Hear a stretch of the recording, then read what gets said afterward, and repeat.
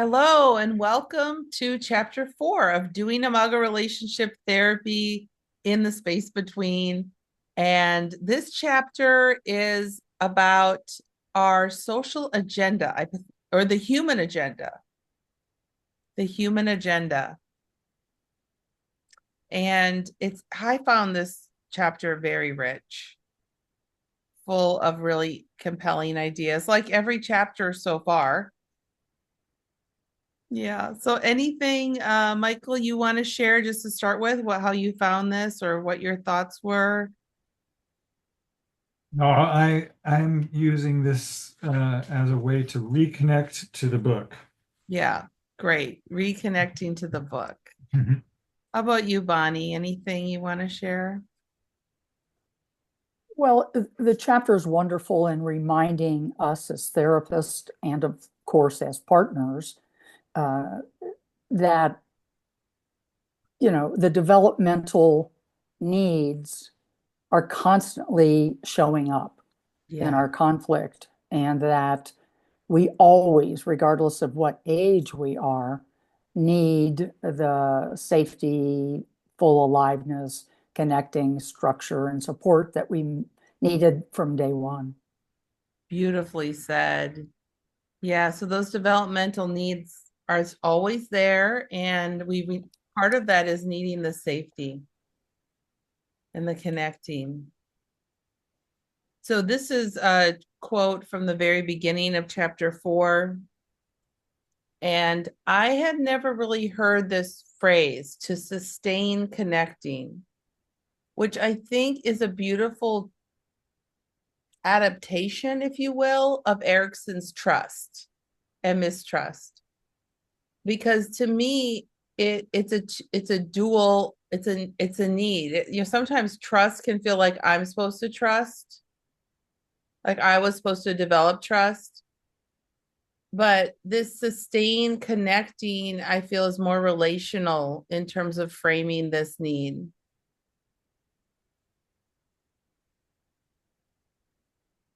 Any thoughts about this? Well, when Harville wrote, um, "We crave a relationship with others," it's like, no, I don't. But day in and day out, I do, because that is my essence, Yeah. and it just sounds needy. And of course, uh, I'm not needy, right? Um, but I really found that word um, highlighted for me. Which word? Uh, that we Oh, crave. Crave. we actually crave connecting, and we crave relationships with others, otherwise known as that. Yeah. And not so much, he says, because of you know, the need, not so much because we need it, but because the experience of what he says cosmic connection is actually our essence. We need it because it's who we are Yeah. At our essence. at our essence. Yeah. Yeah, that makes so much sense to me. I really like how you're framing that up is that there's part of us that's like, no. And then there's another part going, oh yeah, but yet I keep reaching out or thinking about this, or there's some part of me. Hello, welcome. We just got started. We're kind of using the memes that I've been posting on Facebook from chapter 4 to guide us. So we just talked about sustain connecting, and Bonnie was just talking about this idea that Harville's writing about, that we crave connection at our essence, at our core. Maybe not all the parts of us, or maybe even it's not in our daily awareness, but that it's there. So I'm going to share this second meme. It says in on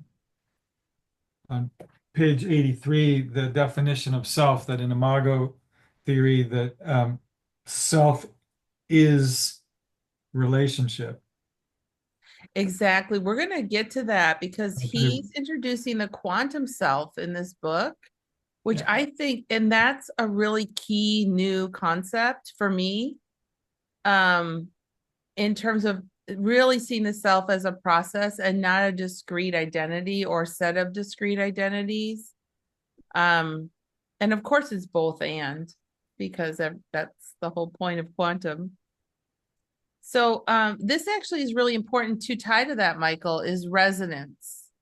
So he's defining I'm going to say they're defining Helen and Harville, an oscillating flow of energy and information that signals being present and in tune with each other without fear.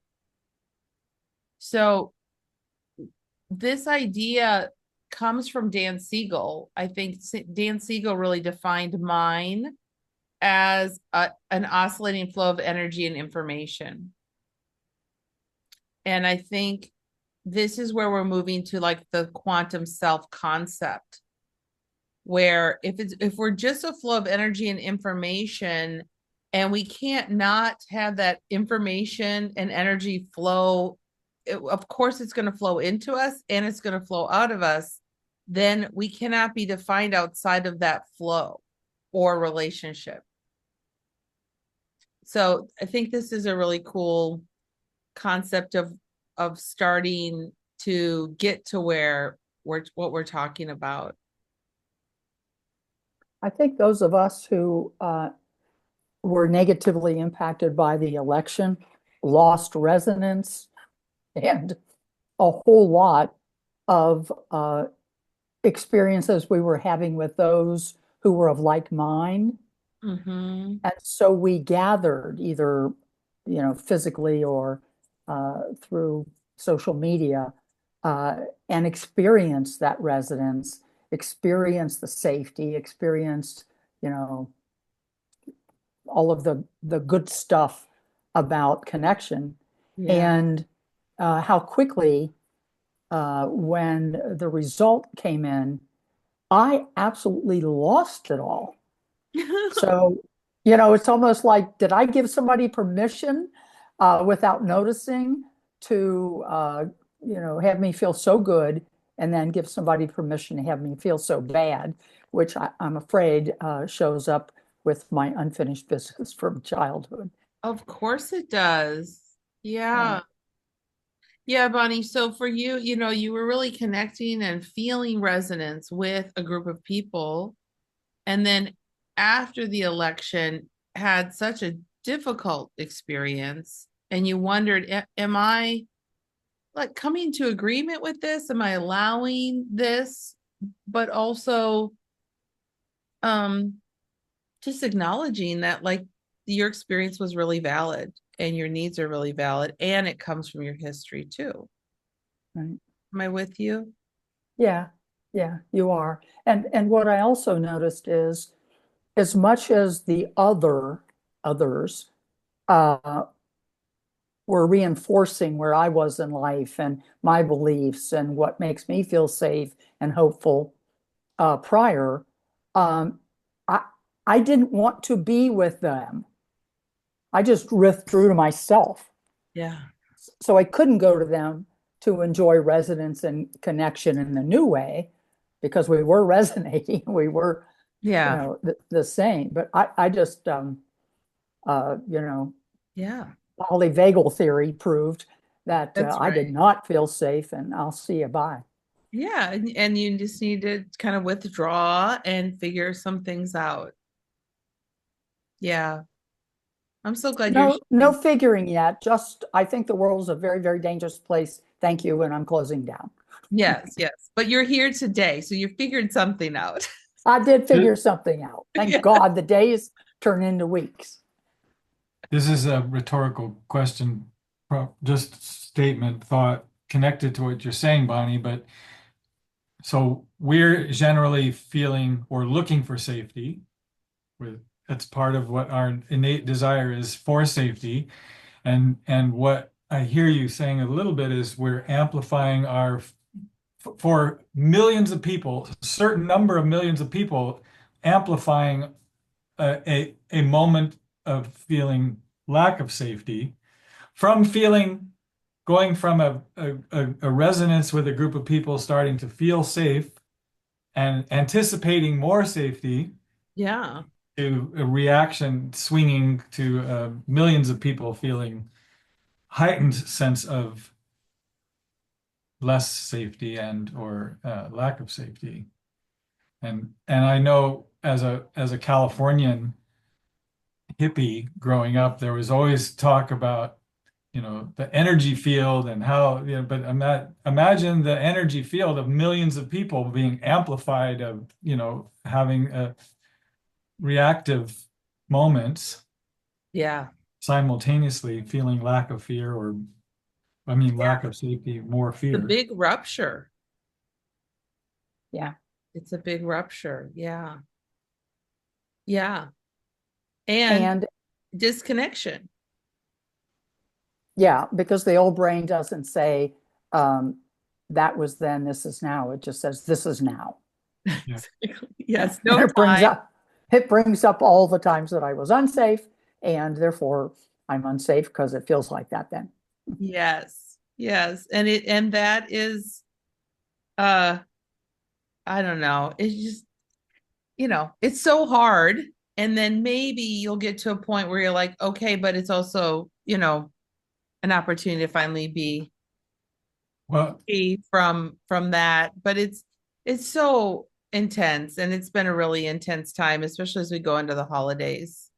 So to me, it's a very realistic application of what we're talking about. Like, it's very real. well, then we run our survival techniques in Yeah, different ways, like yeah, withdrawal, yeah, etc. yeah. Hello. And although I didn't read chapter 4, I want to build on what's being said here in terms of it seems like there's safety and safeness and lack of safety in differentiation, right? Yes, That yes, differentiation that Harville speaks about more and more. I'm hearing more about that, where there's that fear of acknowledging and accepting differentiation. And yes. that's where the opportunity is for us to expand our range, right? Because Yeah. there's So I love what you're speaking to about differentiation and difference. Difference being something we recognize, right? And it's real. And differentiation being our ability to be okay with how we're different.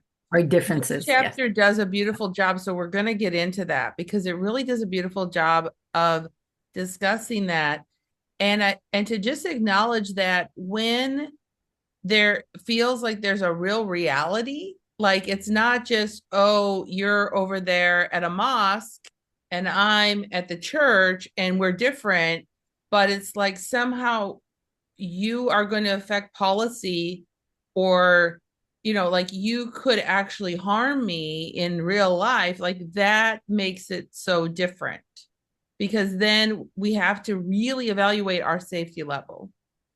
And Reevaluate. right, exactly. So I Good. I like that we're holding the complexity of this in the face of the theory that, like, if I'm in a relationship and I'm wanting to differentiate from my partner and there is physical abuse, maybe the work is not differentiation at that moment, maybe it's discernment, Mm. right? And so there's a theory assuming that we all want to make a relationship work and we're not going to harm each other physically. So it's just really beautiful and complex to talk about it when we start to move into the body politic, right? Yeah. And policy makers and government leaders, and like, what's our job there in terms of differentiation or discernment? And I like holding that question, not necessarily having an answer, but just holding that Mhm. question because it's really a beautiful and important thing, I think. Well, my hunch is I cannot discern unless I have a moment of differentiation. That's a beautiful point. You cannot discern unless you have a moment of differentiation. Mhm. Yeah. Can you say more? That seems just really profound. Um, So the moment of differentiation might be a thought like, well, to back up the symbiosis, mhm, um, you should be like me, kind of. and I should be like you. Yeah. So you should be like me, and I I'm going to add a few more things. We all get together and chew on our sadness and awfulness. And after a while, I I kind of blend and I I enjoy that, but I could notice that some other is starting to go deeper or further away than what I think and feel. And that's a feel of just of differentiation. Like, wait a minute, you're not me, I'm not you. I kind of felt you and you felt me as one, but now I don't. And so there's a moment of what I would guess might be differentiation and say, oh,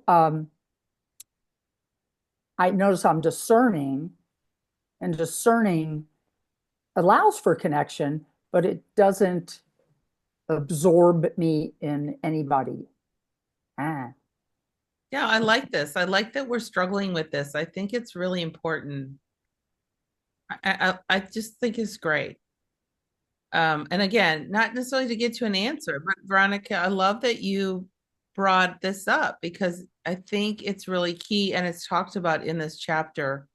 There's a whole page on differentiation I think is super complex. Hi, Leslie. And Latrice, sorry I didn't say hi. We got your camera on. I love it. I'm sharing the screen with the little memes that I made, and we're kind of just going meme by meme. Um, hang on, where is number 4? Okay, sorry. I need my editor to come in and edit for me. Where is 4? Here, is this 4? Okay, you can see it, right? We can. Okay. So in whatever stage the rupture occurs, that unfinished developmental task will show up in adult intimate relationships for completion. And progression of the couple's development as persons and partners through the stages of relationship cannot proceed until it is done. The successful completion of this journey is necessary for the creation of a conscious partnership.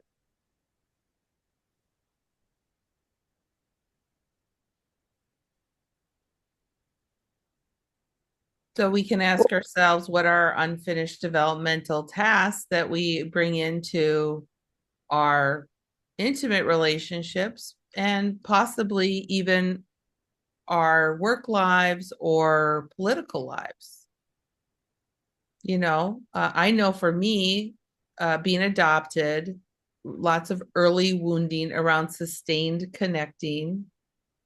And then my mother and father being, I mean, I would say autistic today. I would use that term. Maybe Asperger's, was a term that applied to them early on when we used to use that term, but just, not emotional, kind of robotic. And so when I encounter anything that doesn't seem to take into account my own needs, I have my defenses, which are typically to flee, shut down, that kind of thing. So obviously in my relationship, then when I encounter anything that I interpret to be, you don't care about me, you're not attuned to me, you don't, I tend to want to flee. And until I can work through that, that pattern is going to cause abandonment fears in my husband. It's just going to make more ruptures. And of course, I could tell it the other way, but I'm telling on myself, not on him today. But noble of we you. create the ruptures, and then that causes us to have more reactivity. But when it's on a larger scale, like we're talking about just the governmental system that we're existing in, it's a lot more complicated, obviously. Yeah. Yeah. When And I how read tough. that page, Go ahead. the first thing I thought was triggers. Like it's the unhealed things inside of us, and we identified those as triggers. And that's what came to mind when I read that. The Yeah, unfinished developmental task. They look like triggers. absolutely. Yeah. The unfinished developmental tasks, they come in unconsciously to drive stories, which then drive reactivity. So when we can tell ourselves a more empathic story, first of all, we have to know what our story is. Yeah. Right? But then when we can stretch into a more empathic story about the other, the one that our neurobiology says is other and potentially dangerous, when we can stretch into an empathic story, our reactivity shifts, our triggers could shift. But obviously, also, if we're triggered severely enough, if our unmet developmental tasks were so egregious, Mhm. then we don't have access to the empathic stories. We are just fully in that state of danger, danger. Yeah. And of course, these are the most challenging couples to facilitate because they are having hard time staying in their body, staying in the present, identifying stories. They're typically flooded with sensations and emotions. And at that point, we have to get them to feel safe enough to begin some kind of connecting. So I'm gonna go to the next slide, which is, hi, Valerie. We're going through some of the memes that I posted on Facebook, just as going through the book, but feel free to open up your book and talk about quotes you like. I'm trying to go in order in the chapter. So the quantum self is a field of conscious energy information. It's We're not not sharing. seeing it, Oh, Michelle. sorry. Okay, good. Thank you for telling me.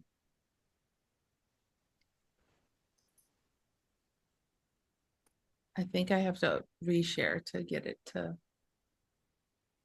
So this is the sixth slide.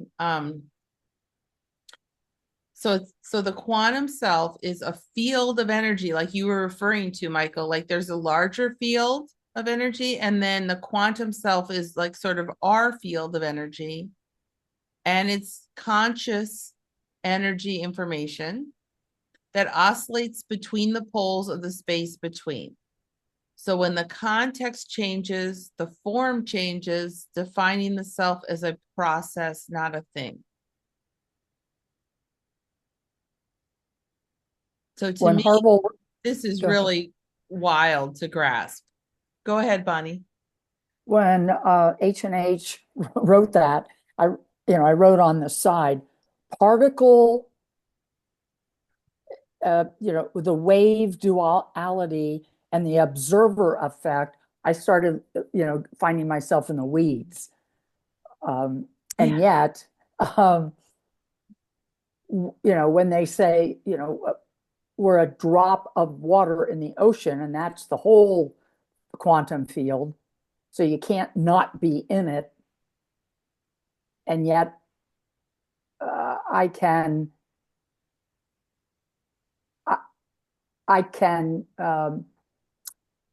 be ignorant of that in my protection.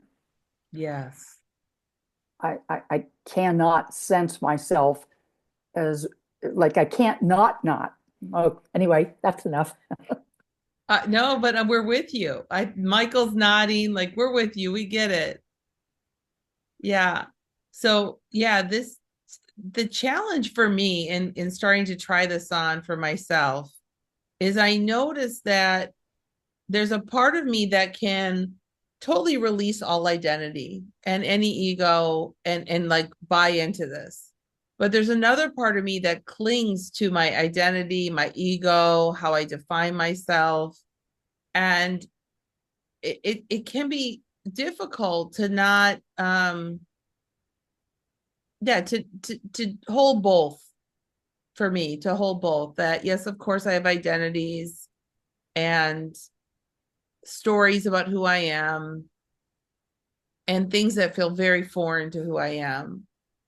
And I am a drop of water in an entire ocean. And there's such beauty and freedom in just being a part of being human in nature and being connected to everything. But this is challenging. I think, in some ways, to just roll through the world, we have to put clothes on.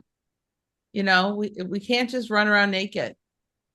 uh there's some reality to the context of, like, people expect us to have these outfits on, these roles, these identities, and to kind of, yeah.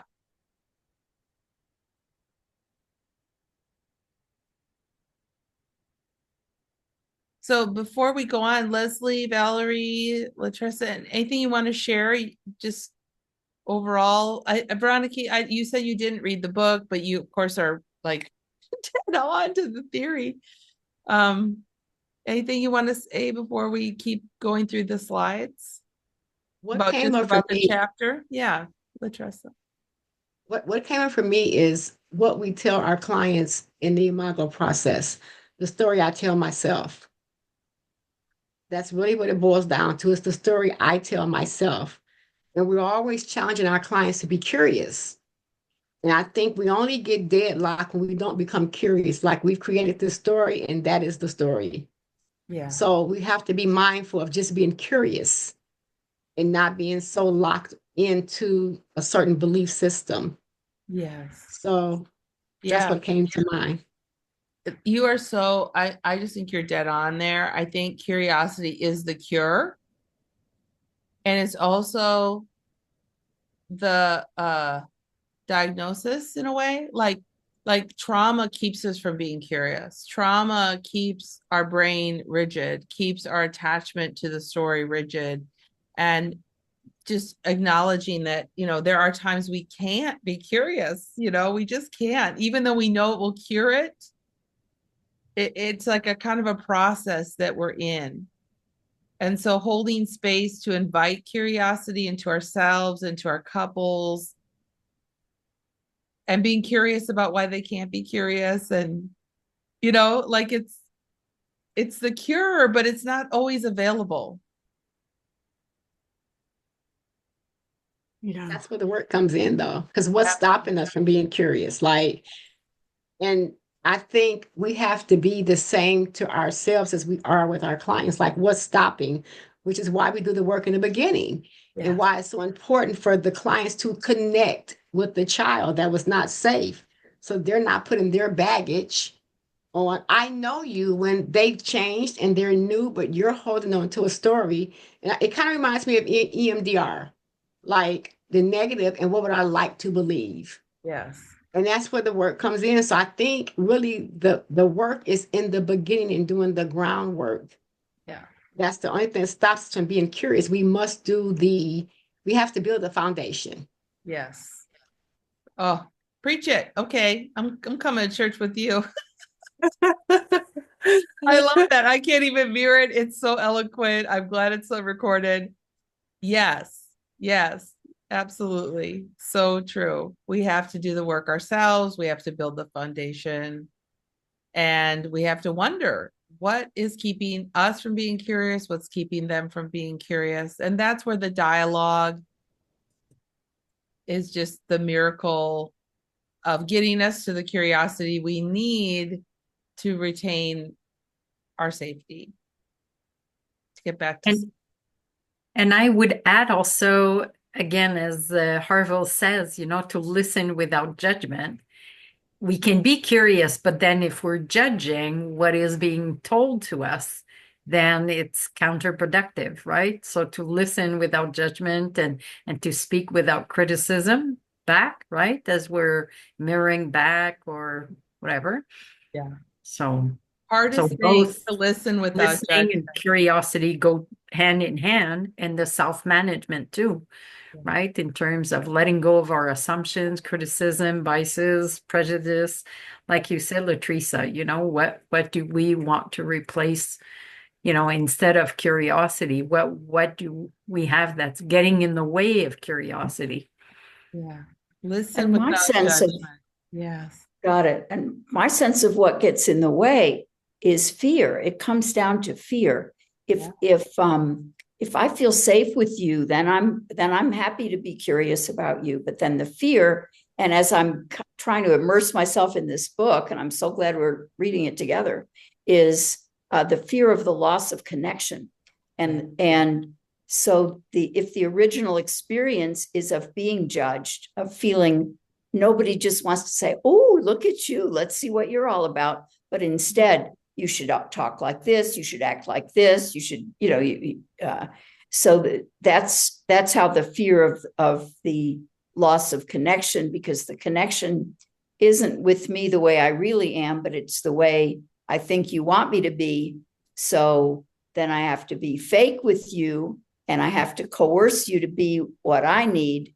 And I think it all comes down to fear. And the second part you were talking about, I still have a hard time with this wavicle business, which I never heard of until I read this book, is, the wave and the particle, and I'm still struggling with that. But the second part I've been familiar with, and that's the part about how I cannot study something without changing it.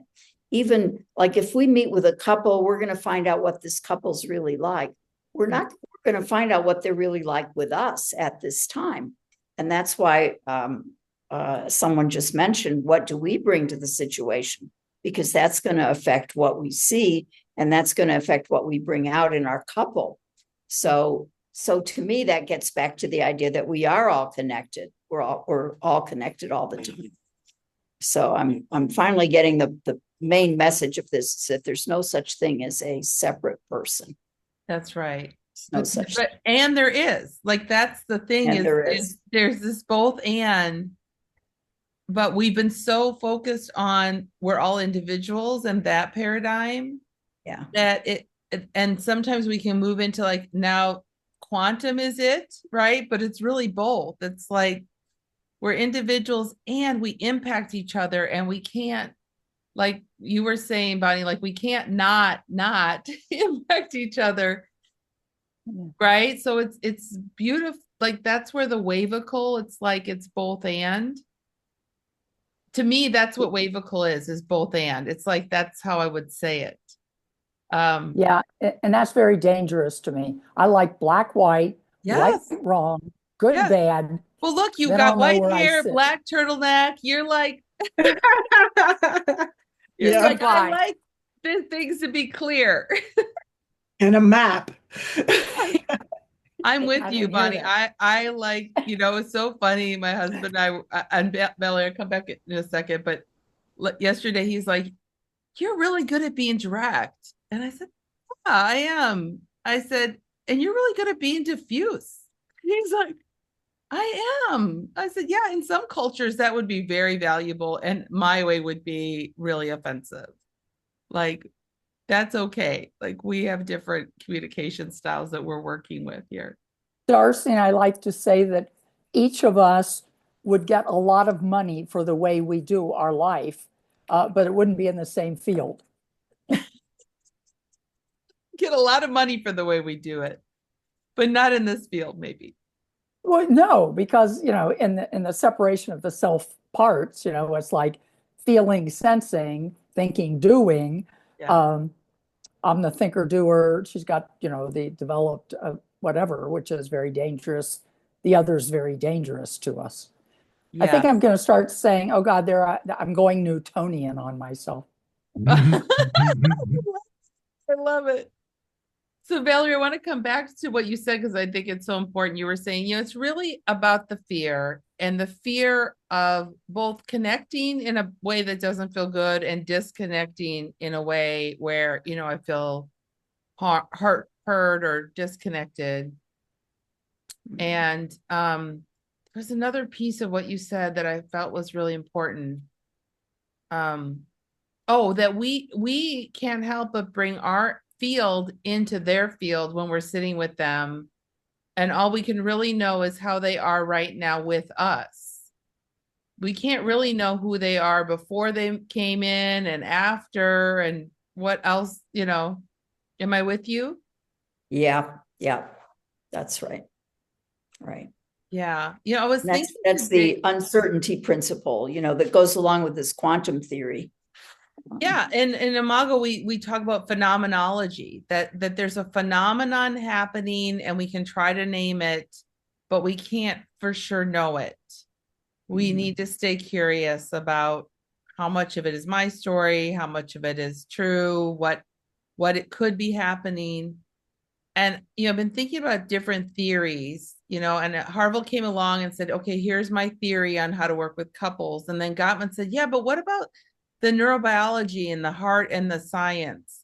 And then Esther Perel said, yeah, but what about sex? And then EFT comes around, they say, yeah, what about attachment? And Santak and saying, yeah, but what about the body and trauma? And we're saying yes, yes, yes, yes, but all of those define a problem. And what we're trying to point to are the potential possibilities in the space between. So it's not that the problem doesn't exist, right? Of course it does. That's the particle. But we're trying to point to the energy and oscillation of information between these two bodies, these two traumas, these two biologies, to help us like explore and understand what is the potential. What are the possibilities? And Michelle, would you then say that IFS would say it's the the space between the parts Well, I that are don't know that IFS is working with the space between. I think IFS is working with the parts and the discrete identities. and yet when I think about it, it looks like they are hearing each other and then making that connection where, oh, is this true for you? I don't know. It'll be interesting when um, we have our conference. Yes.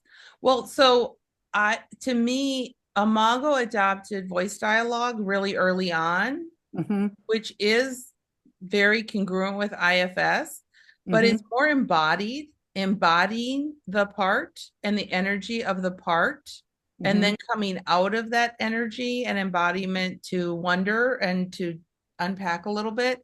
mm-hmm. And so, yeah, characterological growth. I just taught that this weekend where we're looking at, the parts I'm projecting onto somebody and what it's like for me to let them hold that part of me. So my husband holds my fear, my sensing part, my feeling parts, so I can all be my doing energies. And yeah, so I think it's all like we're all talking about the same thing, but I don't know if IFS is looking at what is the potentiality in the space between all the parts. But I do believe we would all say there is a quantum self that is in a process of becoming. Mm-hmm. I think IFS landed on that. Voice dialogue never really fully landed. Like, are we a process or is there a being outside of the process, like the observer? Or is every part actually part of the same process? So, and again, I like questions. I don't like answers as much. I'm like, oh, what a cool question. Let's hang out in it and see what we can discover. Leslie, anything you want to share about this chapter overall, or? Well, I mean, overall, it's like the rest of the book. It's like each page seems to be its own chapter for me. Like I'm loving listening to all of you, especially this discussion about IFS, which I don't know that much about. I do understand that it works with parts, and I understand some of the things you're saying, but I've never studied it. So I don't really know what the difference is, but I hear a lot of people talking about it. I've talked to to, well, I'm going to say three different therapists that did IFS and then went through the basic training, and thought that Imago was working better with clients in responsiveness in session. Um, well, I find that interesting. I don't know why. I didn't have enough time to talk to Right, them. I'm right. not sure you would explain it to me either Yeah. if they had time, but I'm very curious about that. So I too am very excited about the conference and maybe hearing more about that or anything anybody else thinks, because it's a big topic where I live, therapy wise, in terms of what are the differences, and I don't feel entirely confident that I can explain the difference, but I like what you just said, Michelle, about it's pointing to the possibilities that come out of engaging in the space between in as safe a way as possible. That's something I connected with when I first came on, which was late, so I apologize for that. But actually, um, every other week, my adult three children, my husband and I, are in a family therapy session. So I just came out of that. Okay. Yeah, and I jumped onto this. And what I was hearing was like um, very fitting for where the session left off. Okay. So, the idea of sometimes, and I experience this in session, it's kind of it feels almost like two different people. Like one part of me is, the client in these sessions with my family, and then I work with families and on similar to, it's just so, I don't know. It's so interesting to separate and try to be in those different roles and fully present that way without judgment. That's hard. It is. Really. And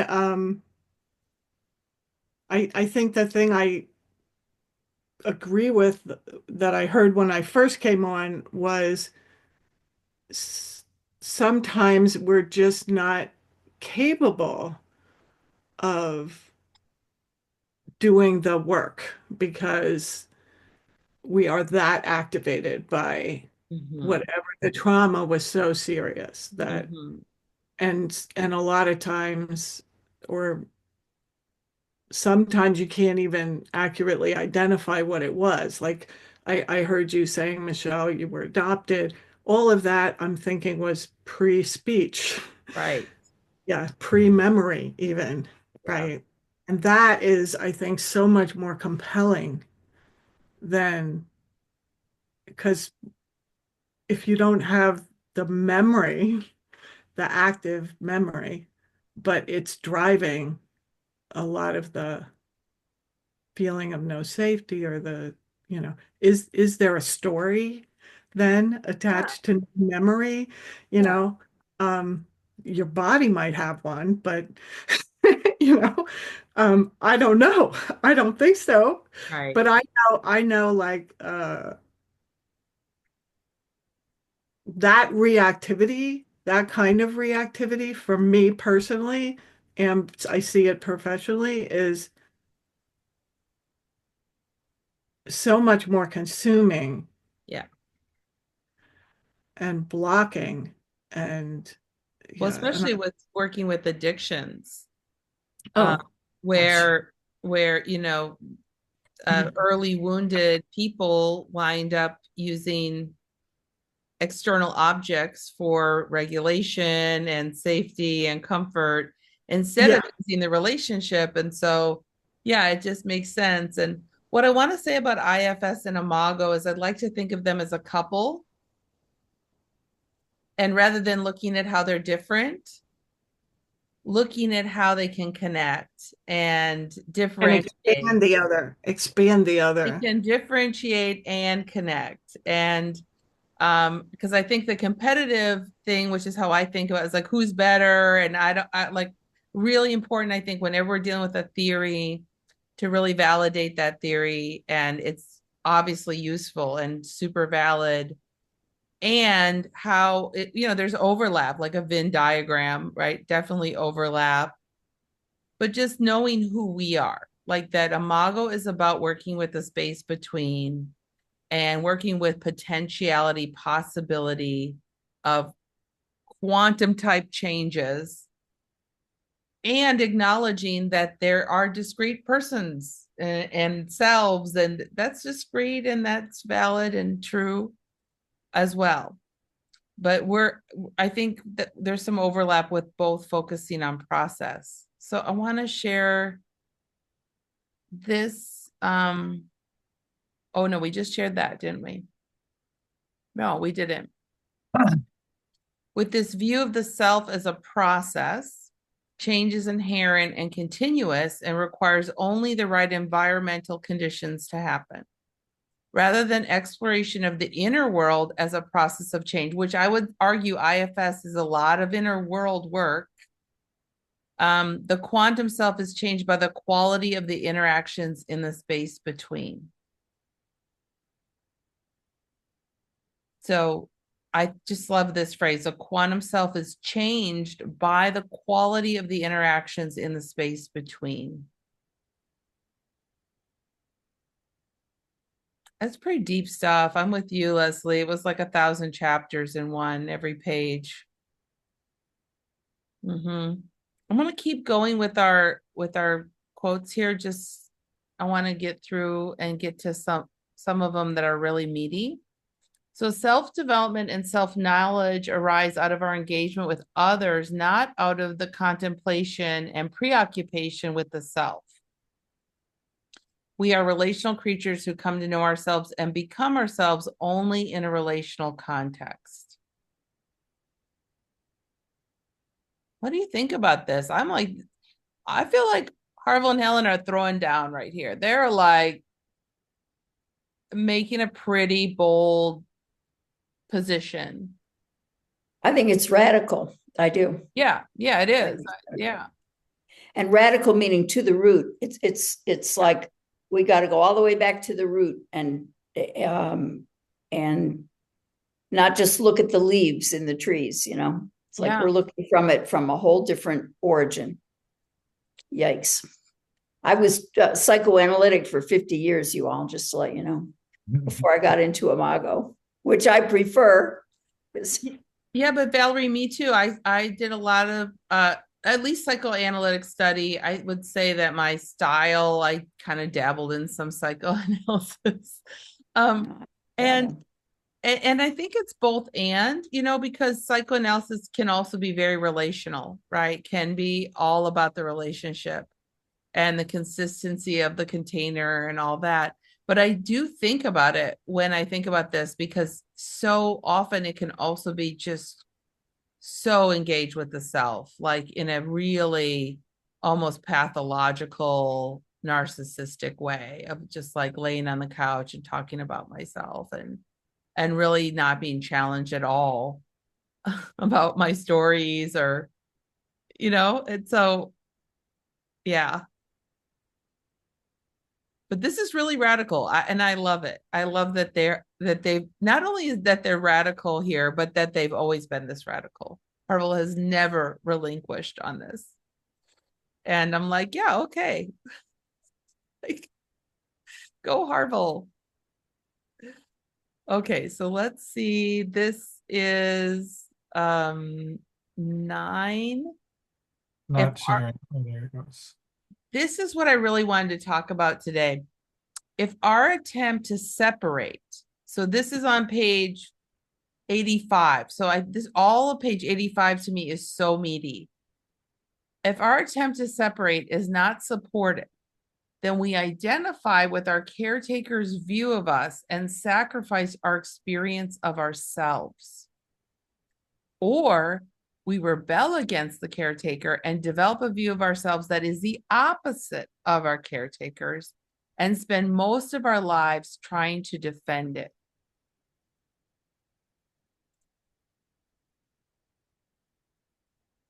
I don't know about you guys, but I mean, just like, what? Oh, wow, that's huge. I just feel like there's something about this statement that makes me feel a little, almost brings me to like one dimensions. Like on some level, I'm just a baby reacting to my history. And that's like all I got. My patterns of reacting to my history. And I would say that I tend to sacrifice my experience of myself, and my husband tends to rebel. Um and but we just can get so trapped in these patterns. The timing of this is so funny because I just started watching the whole This Is Us series. Uh-huh. And this slide is so on point to where I am in the series, season 5. It's like, it's any of you don't know what This Is Us series is? No, I don't know the show. Oh, okay. I loved it. It's I loved it. Yeah.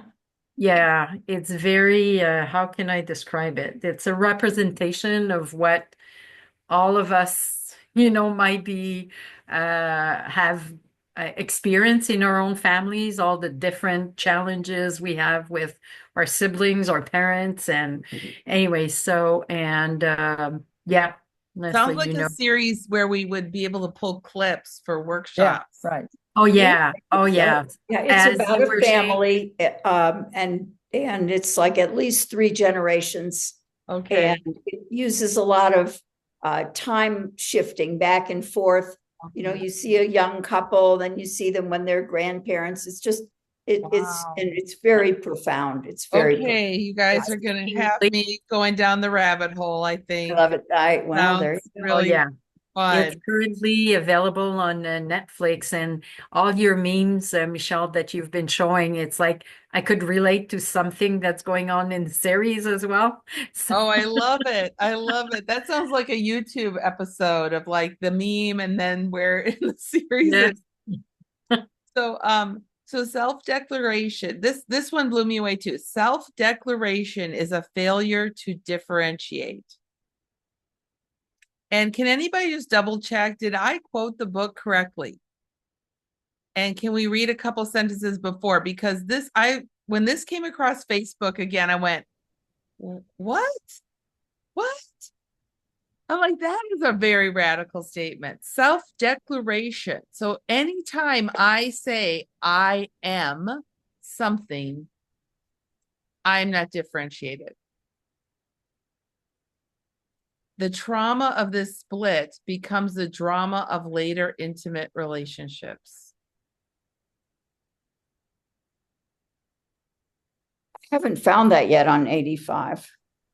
It's at the bottom. It's halfway. It's 3/4 of the way down in the first full paragraph. Okay. Okay. Will you read the first couple sentences before and maybe after that, Leslie? Sure. So if the mirroring does not resonate with our experience of ourselves, in order to discover who we are, we tend to separate and isolate, not differentiate ourselves from others and from their view of us by self-declaration. And then there's a quote, I am not that. Through the process of negation, we discover we are not that.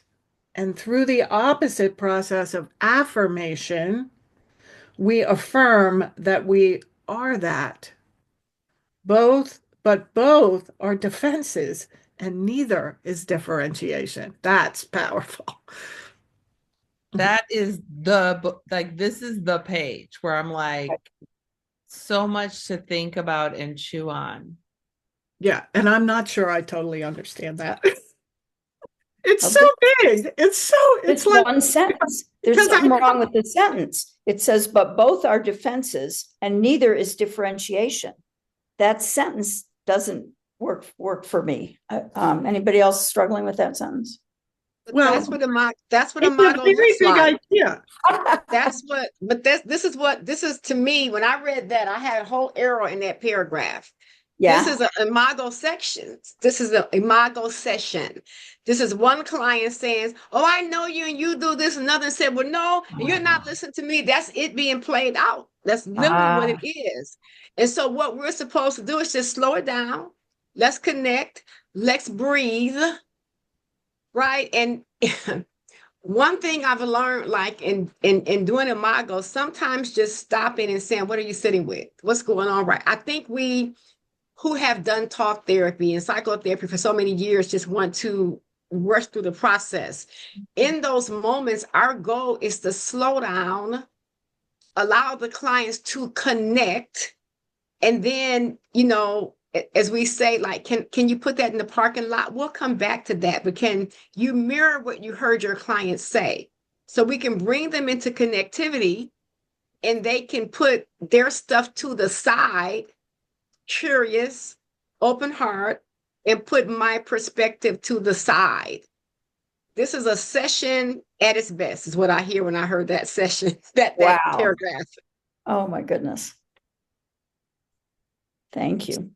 So I think too, the beginning of the second paragraph, that first sentence, the second principle is a derivative of the first.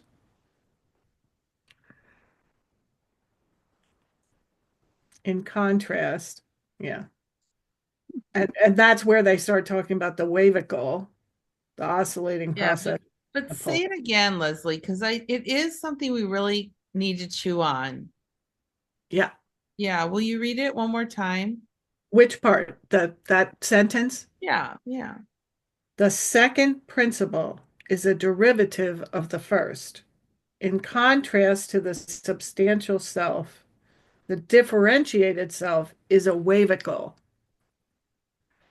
an oscillating process in the poles of knowing the other and being known by others by knowing how we are different from and similar to them and their view of us. Ugh. Yeah, I mean, it's because it's both and it's mind bending. Yes, it's mind bending. It's not that it's like, yes, it's both. Like, it's both. We're all one, and the goal of differentiation is to be in the space between, without judgment. Free flowing. Yeah, free flowing. Building a space big enough for all of it. Yes. I think is the point of the Yeah. space between. Yeah. And we're married. Absolutely. I'm married through patriarchy and everything else. I'm married to fight against that potential. Yeah. It's like, you've got to be kidding. And there's nothing I can stand on. I just have to unscrew my head. There's no map. There's no map. No map. Yeah. Terrible. Yeah. Bad news. So Good news. I think this is on that same page. The quantum self is neither being known or knowing, but the oscillation between those two poles. So in a way, it's like oscillating curiosity, like finding a little ground to stand on, knowing that that's not all of reality. Right? It's there, it's ground to stand on, and then we're going to be pushed to going to another place and come back to that same ground, and it's going to keep moving. I don't know, what do you think, Bonnie? Is that resonate with you? Or I think so. Just a quick example. Isaac Newton's birthday is December 25th, except if you use the Julian calendar, it's actually January something else. And so my brother and I said, hey, come on over on Isaac's birthday and we'll get together, blah, blah. And he wrote back and he said, I thought you said Christmas Day. And I said, yeah, Isaac's birthday. He wrote back and said, it's the January so-and-so. And he gives me a description of something. And I wrote back and I said, both and he wrote back, no, January. So that's my family. That's where I come from. Actually, that sounds like a really rich relationship. It is. I love it. Okay, couple more slides here. To truly experience connecting, we must know and accept our partner as they are and for whom they are. Any experience of connection prior to differentiation is illusionary, is a connection with our projected self. Okay, like throw down now. Real and sustainable connecting requires not only differentiation, but acceptance and affirmation. I feel like I'm going to have to put this on my mirror, bathroom mirror. Yeah. Yeah. That's what Bonnie read at the very beginning of this. Yeah. Real and sustainable. Yeah. Real. Right. Put it on your bathroom mirror so your husband can read it. He's the one that's. No, And the but very you end of really that understand paragraph. that like there can be this sense of connecting with my husband that might be based on just a projection. Yeah. Of projecting some part of myself onto him so I can feel like we're similar and connected. And how to get to real love is when I can love and accept him for being something that I do not like, I don't agree with, I don't want to live that way. That's, man. And now I feel like, I have to almost get religious I wouldn't say religious but like, man, that's like, getting into Jesus and like love somebody, treat them the way you'd want to be treated. Like, it's like, whoa, that's asking a lot of me as a human being. Or just putting your perspective to the side. Yeah, I mean, this is just, like, I don't know if I'm that good a person yet. Well, a question came to my mind when I heard you say that, and I thought, I wonder, based on what I heard you say earlier, I wonder what kind of clothes she'd have to put on to get there. You know what I mean? Like, I don't know.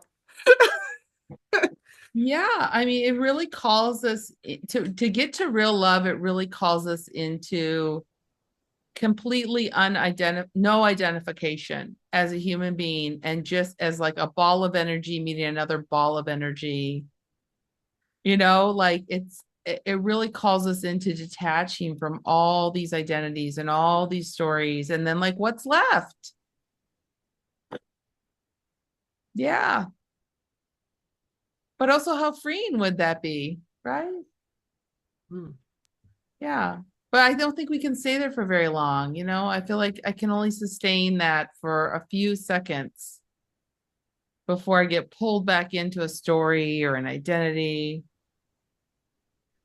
I'm curious if that's the goal, though. I don't think the goal is to change yourself. I think the goal is just in the moment to put your perspective to the side and be curious, and we learn to accept the differences.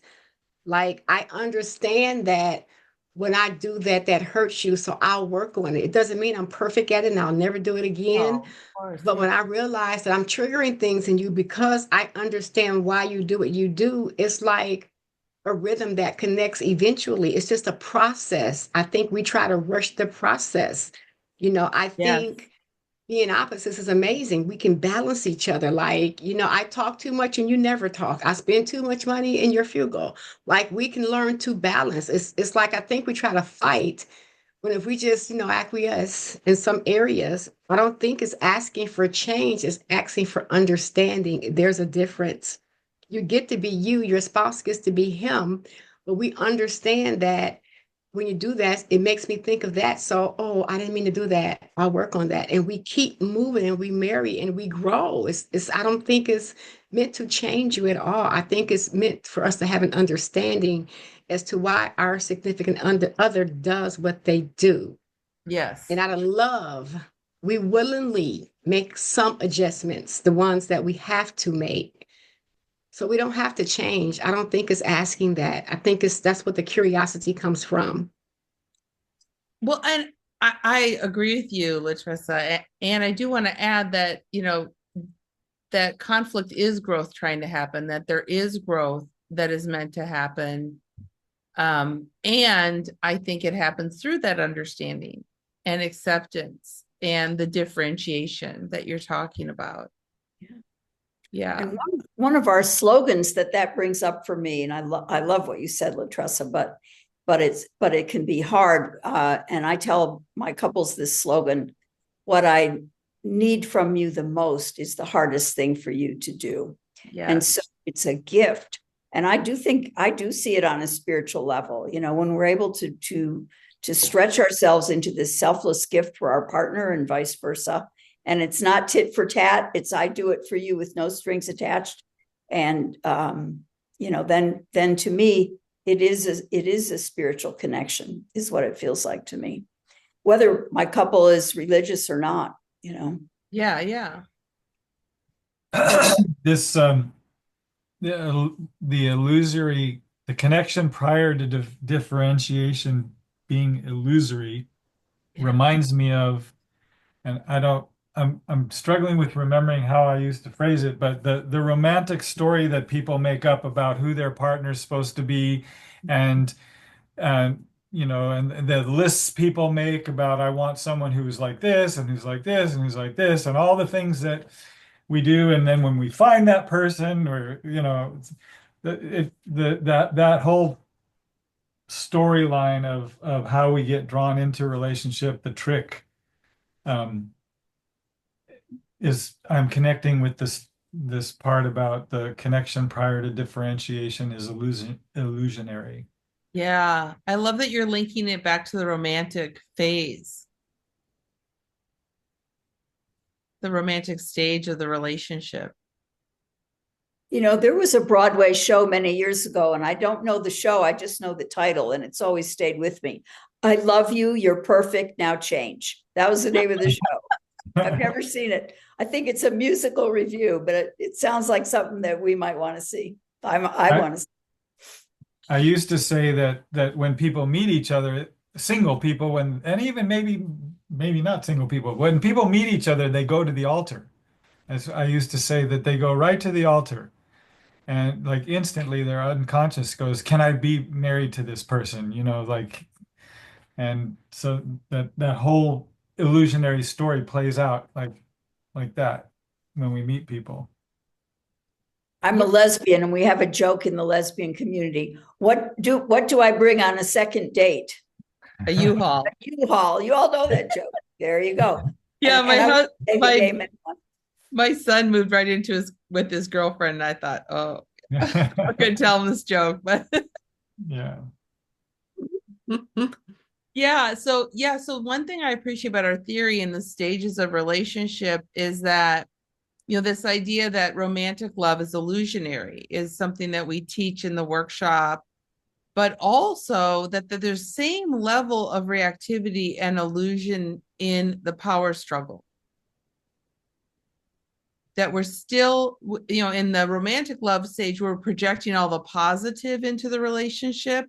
Right. And in the power struggle, we're projecting all the negative into the relationship.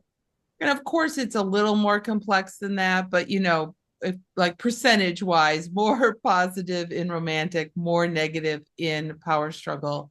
And then it's a spiral experience, so we keep going through it. But this idea of like getting to real love, where we're fully differentiated, where I'm actually celebrating our differences, I hope I get there someday. Mhm. Latressa, where are you? Where do you practice? I'm in Livonia, Michigan. Okay, good. Well, maybe you have to get licensed in Texas, so we can come see you.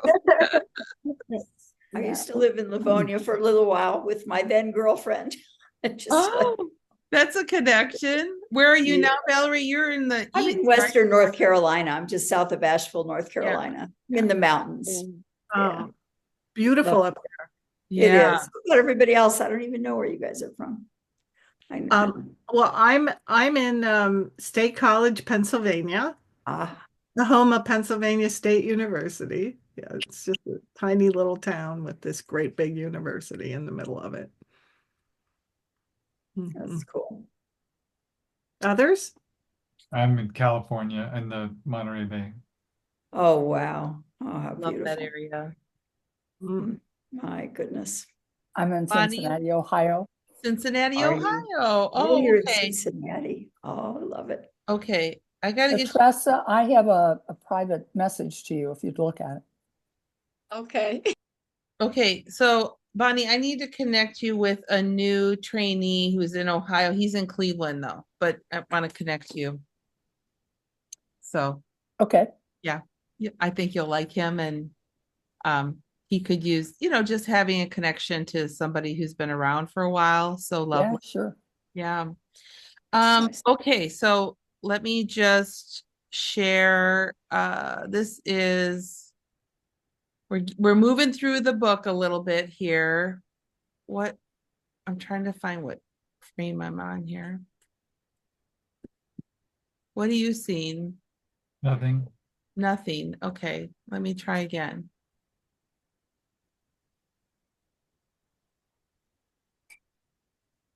I think. Do you see anything? Not yet. Okay, it's like it's saying preview. That's so weird. Maybe I have another.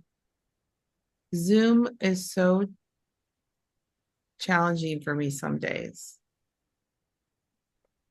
Okay, now you should see it. Almost. We've got there it is. Okay, the caretaker's job is to maintain connection by resonating with the child's experience and then to socialize without rupturing connecting. And in that order. This fundamental reality is also the agenda of intimate partners in adulthood.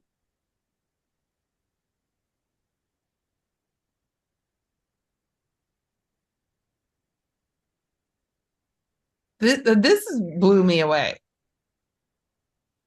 Again, am I sounding like a broken record? Say more about why it blew you away. I'm like, okay, so that means if this is true, my job is to maintain connection with my husband by resonating with his experience and then to socialize him to what I need without rupturing connecting. Yep. Yeah, I'm like, whoa, okay. I mean, it's not like it's that, I mean, it's just like the caretaker's job and then my job, and then like that seems so simple and yet so hard for me. But I like that he puts this in here. To me, they're saying, yeah, attune, resonate, validate, hear your partner, but you also get to speak for what you need. But it's going to come secondary. It's going to come after you've really listened and heard them. But I wouldn't call that secondary. Well, but he puts it in that order. He's saying there's an order to this. First, the caretaker resonates with the child, and then the caretaker socializes. And then in intimate relationships, we need to do it in that order too. Right, because otherwise, they're going to get our unintegrated self. Right. Our harsh startup. Harsh startup. That is. Yeah. But I thought that was, I mean, sometimes he just puts a theory in like one sentence where I'm just like, cool. Wow. Do you have anything on the very last paragraph, the summary? Because I thought that was really good.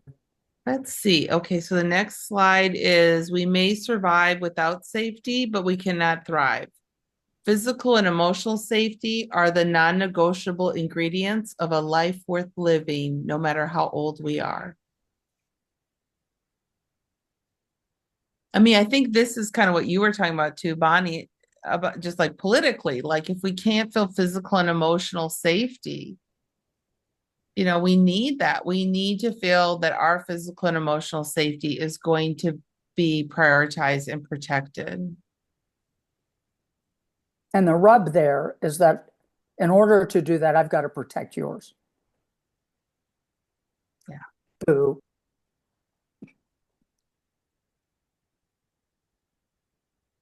And I love how he says safety is in the eye of the beholder.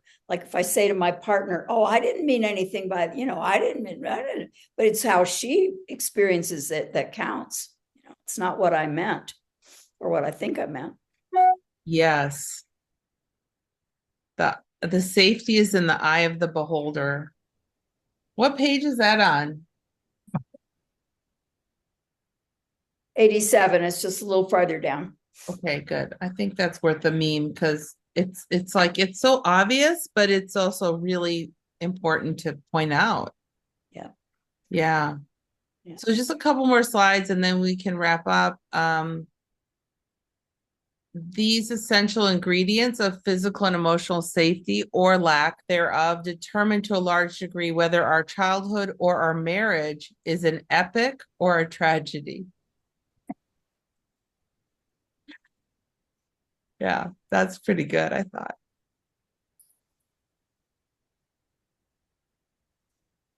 I think we're still trying to figure out if our marriage is an epic or a tragedy. I think it's both and. I think it's epic that we hang in there. We hang in there, to early wounded people in recovery, hanging in there. Maintaining emotional safety for a child is as important as ensuring the child is physically safe. Mm-hmm. I just want to send that to my baby boomer parents. Yeah, I don't think it was necessarily their generation, but more their history. When the needs are met and the caretakers are trustworthy, children go from surviving to thriving. So that's all I had for chapter 4 for memes, but Thank you. yeah, what did you think about that process of sort of filtering out the memes throughout the month as we approach our discussion and then kind of going through that? Do you like that process or do you like more just free flowing? I like being systematic about Okay. it. But personally, that's just me. I do. Okay, good. Well, Because we'll as people have said, each page is rich and the material, it's not just elaboration of the same material throughout the chapter. It really does move. And we haven't even gotten to the developmental stuff yet, which is always hard for me because Well, will we get to it? Because I wonder how much do you as therapists contain the developmental stages and use them in as you hear, as you feel, as you are doing work with couples? It's a great question, Michael. I think that might be what our discussion is next time. If you're interested in that, like going through the developmental stages and asking the question, how often are we thinking about this, using this as a frame? And how do we use it as a frame? Like, do we use it loosely in terms of embodying an unmet need and being curious about it? Or do we kind of think, oh, they are in this category and kind of trying to define where they are? And how does this fit into the theory where we're supposed to be like oscillating energy and curious? You know, to me, the theory is to keep my butt in the chair, my mouth shut, and just hold the structure. And so I can entertain my brain with theories like, oh, I wonder what happened when they were 4 or 8. I wonder what unmet needs they have. I wonder where they are in their developmental stage. I wonder if they actually share a developmental stage like our theory suggests, and they have different adaptations, or they don't. Like I kind of like to think of it as like something for my brain to do if I'm bored while they mirror each other for a while. Um, I liked, we can talk about how you do it and unpack it a little next time. I liked how you did some sentence stems um, with a couple on finances. Mm-hmm. I watched that, and I think that would mean that we have something not always definitive in our minds uh, of what kind of sentence stem to give. And, you know, developmentally, there's wronged, there's ones that are way ahead, and if we gave that, it'd be a bomb. It'd go flat. But Mm-hmm. the sentence stems you gave appeared to match where they were with their story developmentally, even though it wasn't talked about. Right, right. So I don't know if you guys know what Bonnie's referring to, but it was a PBS Right. special it's called 2 Cents. They have a whole series on YouTube, and they invited me to be their financial therapist, couples counselor on television, on TV for a session, and we recorded it. So we just did like a mini session. And they filmed it, so it looks good. It looks like a whole session. What's Um it called? I'd love to see it.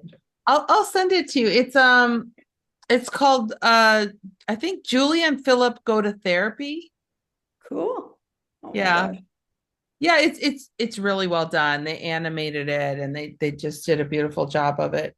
But I think what you're saying, Bonnie, is really cool to include in our conversation. So help me remember this when we meet next time, which will be in January. Um, to talk about the developmental stages, talk about how we think and use them in our work, and then talk about how we may use that to guide attuned sentence stems. Mhm. Yeah. Mhm. Yeah, That'd be I great. won't be doing that because I'll forget. No, but I'm just saying, all of us together, we will try to remember that that's what we're going to talk about next time. Okay. Okay. Because I think it's really critical that we are thinking about what is this cup, what are they ready for? And to me, I honestly only care about two developmental stages when I'm working, which is, are they pre-verbally wounded or verbally? And so if it's after a certain time, they can do a lot more. If there's too much of that pre-verbal wounding, it's going to be very confusing for them and for me most of the time in the session, and we got to go really slow because those parts don't have a lot of words. And then there's a third type of couple, which I get a lot, which are people like me, where I'm super early wounded, lots of pre-verbal, but very adapted, very competent, like put a lot of energy into competency. So you don't see it. Yeah. And so, yeah, like working with those different layers around, they're going to be very articulate, very sharp, but to get to where there's really pain and wounding is going to require a lot of trust to get into the pre-verbal energy, which is what they actually need to move some of this energy and heal. So I think it would be interesting to just continue that conversation Be as we're great. talking about the human agenda. I would love that because I'm early wounded too. So it's harder for me to see the stages above where I was. It's harder to see those later stages. And to me, I've finally figured out if someone's in an early stage, usually their problem is, are we going to even stay together? Is like, well, I don't know if this is working for me. It's not how are we going to be, but are we going to be? And then I realize how early that uncertainty was as to whether we have a connection at all that I can count on. That's just a rule of thumb, but beyond that, I'm not much good, unfortunately. No, but Valerie, I love what you just said. I love what you just said. That's one of the ways we recognize that early wounding is the expression of the ambivalence. And can I trust you enough to stay? Yeah, I mean yeah, and this has been huge for Steve and I, is to move more and more back to, how do we do this as a couple? How do we do this as a couple? How do we do this as a couple? Not fuck you. So, Yeah. this is gonna be on YouTube. Um, like, it's just like this is how we operate because of the early wounding. But that's how one of the ways we recognize for a couple where the work is can we just start to conceive of being a team? Yeah. Yeah. But yeah, and I think it is hard for us to see both the stages that are beyond where we are or different from how we are, but also sometimes it's hard for me to see where I am. Like stuff that is so close to me is kind of hard for me to catch sometimes. Yeah. Yeah. Well, so anything you want to share before we close for today? And I'm going to be looking up a time for January to suggest. Just big thanks to you, Michelle. Appreciate it. Thank you. Thanks to everybody here. And everybody. Yeah. And I want to apologize for being late. I've got a standing appointment that ends at 1:15. So I hope it's not too disruptive because I sure don't like to miss this experience.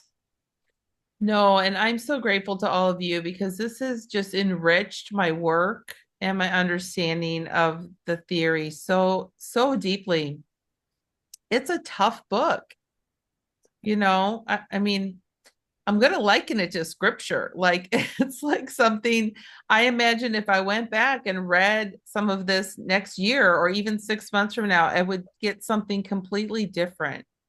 And that there could be 20 different people reading the same sentence with a rich, different interpretation of it.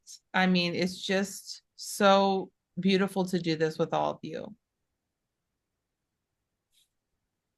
It's the Imago say thank Bible you. study. Yes, Thanks. I love how us going through the book together shows what's in us comes out. Like it really shows. And I just love thank you.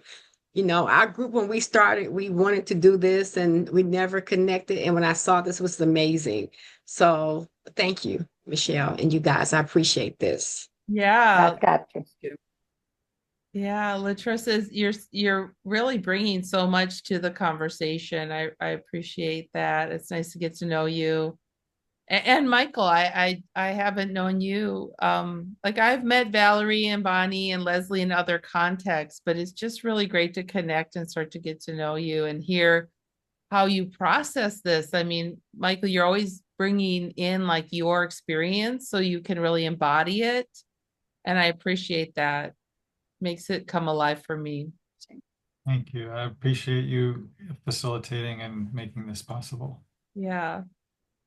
Yeah, it's so nice.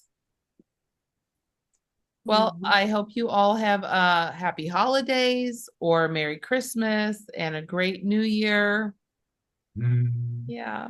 Thank you. And so I'm thinking January 17th at noon Eastern for an hour and a half. Mark your calendars. And we're going to focus primarily on the developmental stages. But of course, we can go back to anything from previous chapters you want to. January 17th.